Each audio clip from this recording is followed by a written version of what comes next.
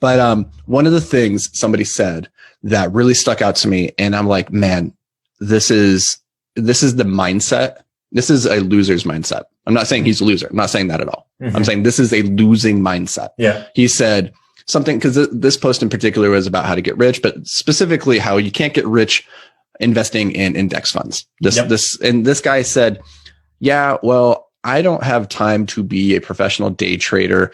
So I like to just set it and forget it and be able to come back once a year and look at my portfolio, take stock, and then just move on.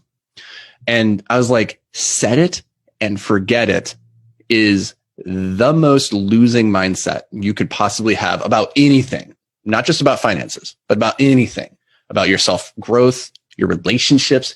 There is nothing in this life that you can just set and forget and trust that it will continue growing and improving. And that's what I wanted to talk about. But I think we can tie this in. Somehow we got on two separate topics, but in my opinion, they're kind of the same. They're kind of the same. Yeah. No, I could.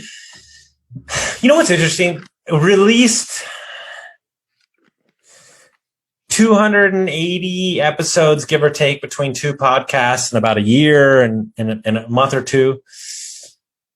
And people like them, people don't like. It doesn't matter. But that's not the comment I get the most.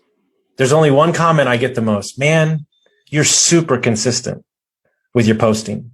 Mm-hmm. You're super consistent with showing up every morning and working out. You're super consistent with your personality. These are the aspects that people should tie themselves to that will truly create the compound effect.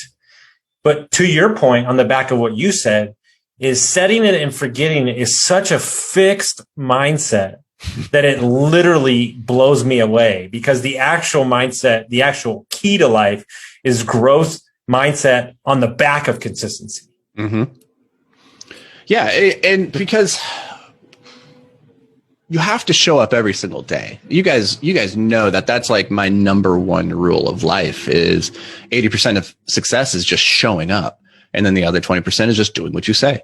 And in that, you could just dilute that down to the single word of consistency. Be consistent, be reliable, show up and do what you say you're going to do. Like, it's simple, but it's not easy.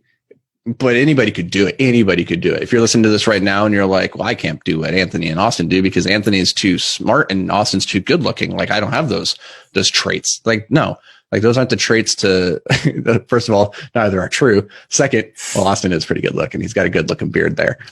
But the thing is, like, consistency is something that we can all aspire to. And I say that coming from a place where if you were to rewind 15 years ago, you would look at me and be like, that dude is unreliable. That dude isn't consistent. I struggled with this from like, not just like in the way that we all struggle with it, but also like neurochemically. I have ADHD and really struggle to be consistent, like, and to show up every day. But if I can do it, if others like me can do it, then so can you. You can create the structure and the habits and the routines around your life that allow you to do it. But at the end of the day, you can't just create the system and then put yourself inside that system like you're some kind of, I don't know, input, like variable, and then trust that it's always going to put out the same thing. You can't set it and forget it. You have to consistently reevaluate what you're doing and why you're doing it. And if it's leading you towards your desired objective. And it's only in that like constant state of self-reflection that you can grow